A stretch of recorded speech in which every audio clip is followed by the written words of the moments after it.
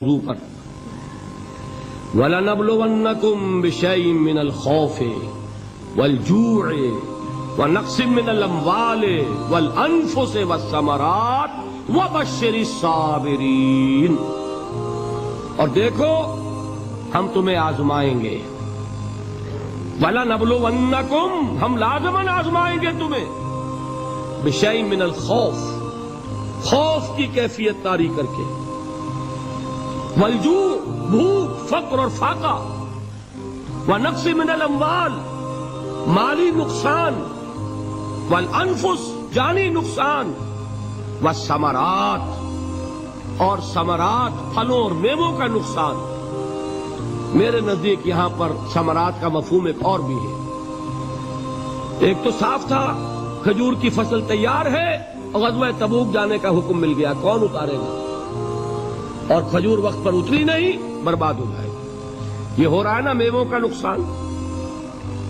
اور میرے نزدیک یہاں یہ بھی ہے، بسا اوقات بہت سی محنتوں کا نتیجہ انسان دیکھتا ہے کہ ضائع چلا گیا، میں نے 10 سال محنت کی، حاصل کوئی نہیں نکلا۔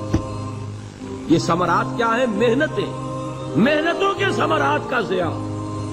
کوشش آپ نے کی، قسمت کی خوبی دیکھیے، ٹوٹی کہاں کمن، 2-4 ہاتھ جب کے لبے بام رہ گئے۔ Be prepared.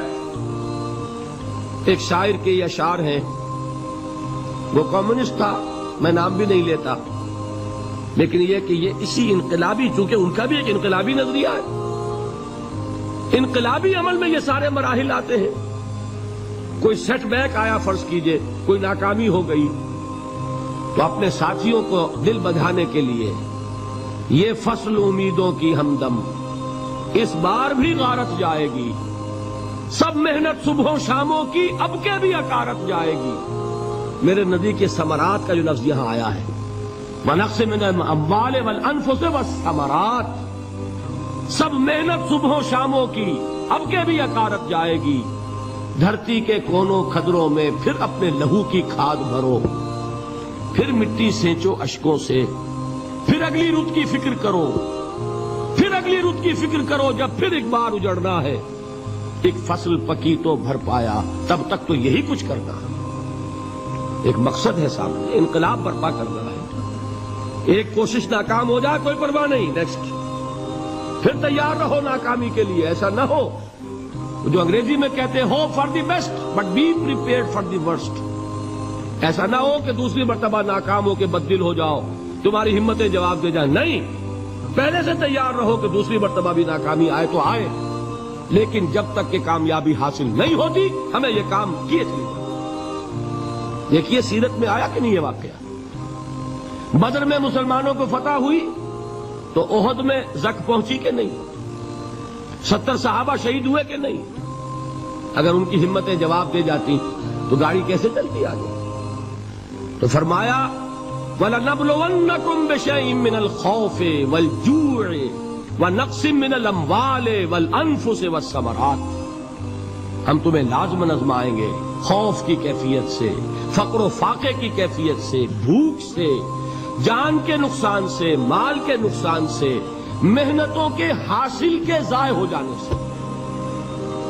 وَبَشِّرِ الصَّابِرِينَ، اور اے نبی بشارت دیجئے صبر کرنے والوں، الذین اذا اصابتہم مصیبت، وہ کہ جب ان پر کوئی تکلیف آئے، کوئی مصیبت آئے، کوئی آزمائش آئے، قالوا انا للہ وانا الیہ راجعون، وہ یہ کہیں کہ ہم اللہ ہی کے ہیں، اللہ ہی کی طرف لوٹ جانا ہے۔ یہ وہی انداز ہے جو میں نے فارسی کا شعر سنایا تھا آپ کو کہ سرے تسلیم خم ہے جو مزاج یار میں آئے۔ وہ ہمارا مولا ہے، ہمارا آقا ہے، اگر اسے یہی منظور ہے تو ہمیں بھی یہی منظور ہے۔ میں نے تسلیم و رضا کی بات کی تھی نا، آپ کو کچھ شعر سنائے تھے، ایک شعر اور سنیے، اور یہ کس کا ہے؟ محمد علی جوہر کا۔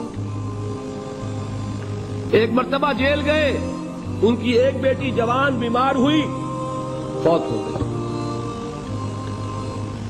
باہر چھوڑا انگریز نے، جاؤ بھائی دفن کر دو بیٹی کو۔ دوسری مرتبہ جیل گئے، دوسری جوان بیٹی اسی مرض میں مبتلا ہوئی۔ اب یہ جیل میں ہے، خبر پہنچی کہ دوسری بیٹی کے اوپر بھی اسی مرض کا حملہ ہوا ہے۔ ایک نظم لکھی ہے جس کا آخری شعر یہ ہے تیری صحت ہمیں منظور ہے لیکن اس کو نہیں منظور تو پھر ہم کو بھی منظور نہیں.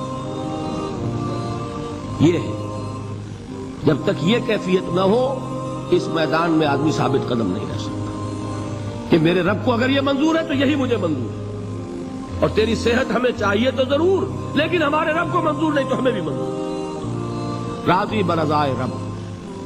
وبشر الصابرین الذین اذا اصابتهم مصیبۃ قالوا انا للہ وانا الیہ راجعون. نہ شود نصیب دشمن کے شود ہلاک تیغت سرے دوستہ سلامت کے تو خنجر آزمائی. اولئک علیہم صلوات من ربہم ورحمہ. یہی ہے وہ لوگ جن پر ان کے رب کی طرف سے عنایتیں ہیں اور رحمتیں ہیں. وَأُولَٰئِكَ هُمُ الْمُهْتَدُونَ. اور یہی ہے وہ لوگ جو کامیاب ہونے والے ہیں، ہدایت پانے والے، ہدایت یافتہ.